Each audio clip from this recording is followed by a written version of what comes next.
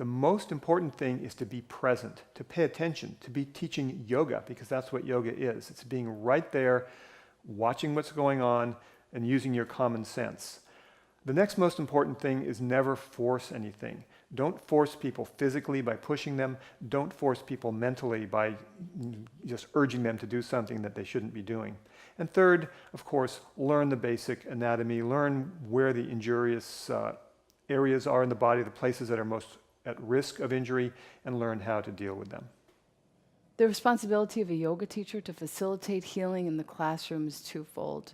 One is that we as teachers have to make sure that we have a practice of our own from which to derive our teachings.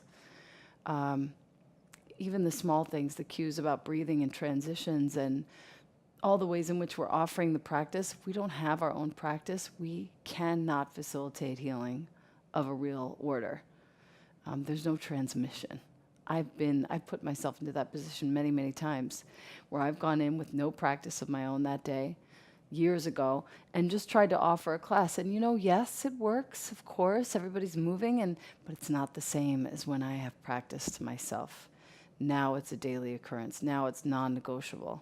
And now when I teach, I can feel the shift in the room, not because of anything I'm doing, but because of what I've done. The second part, the way that a teacher can facilitate healing in a yoga class, is by making sure that he or she is well aware that it is not about us. It's about the student. I can't facilitate healing if I'm there for my own self and my own agenda. I can, however, do it if I remember at every turn that this is about them. This is their class. It's not my class. Then things happen. Then I can see that by the end of the class, I feel like I'm barely even there and everybody else has had an experience of their own. That's when I'm facilitating a good healing.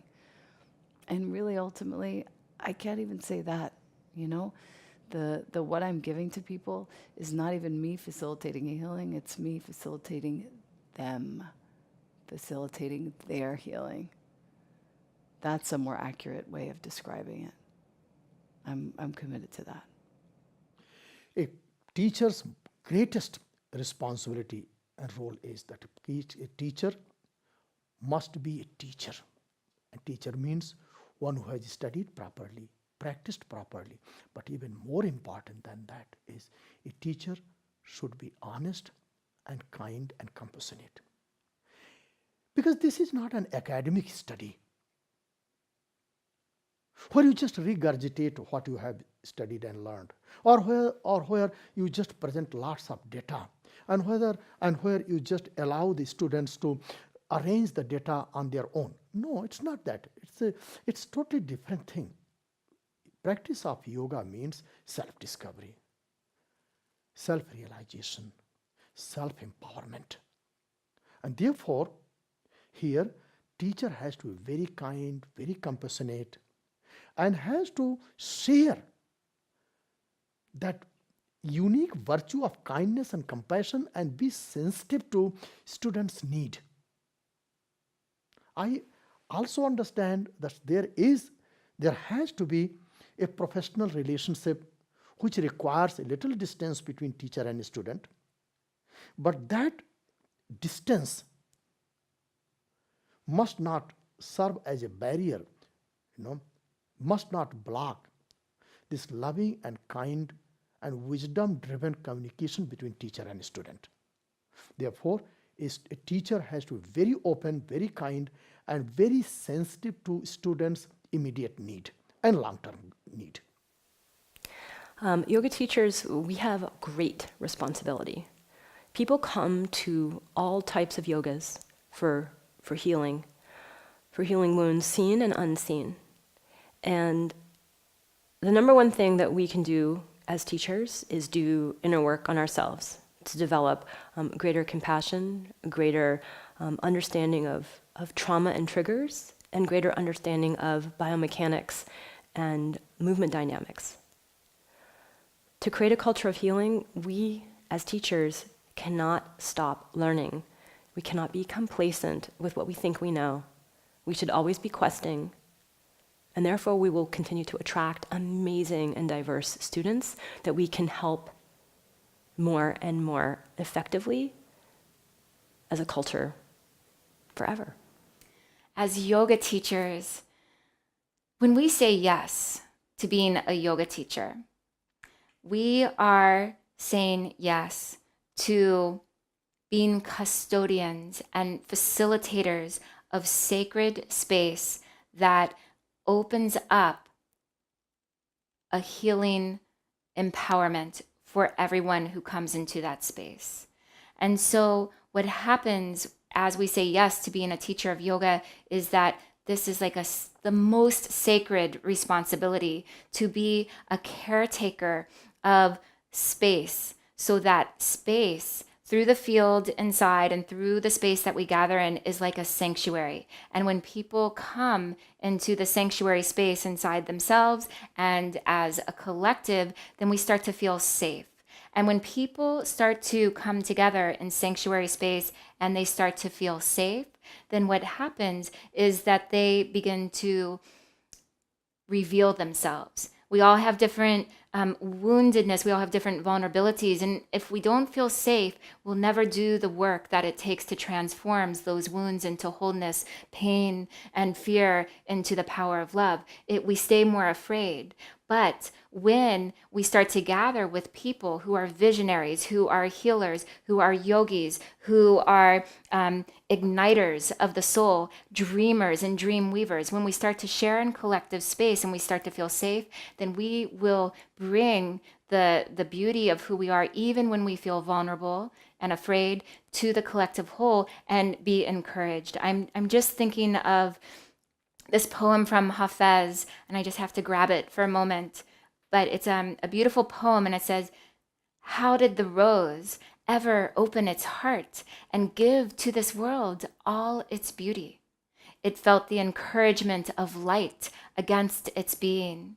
Otherwise, we all remain too frightened."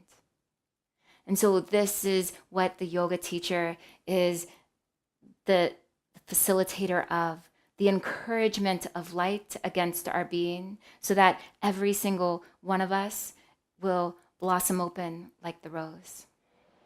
In what way can yoga teachers in particular facilitate an environment of healing in their classroom?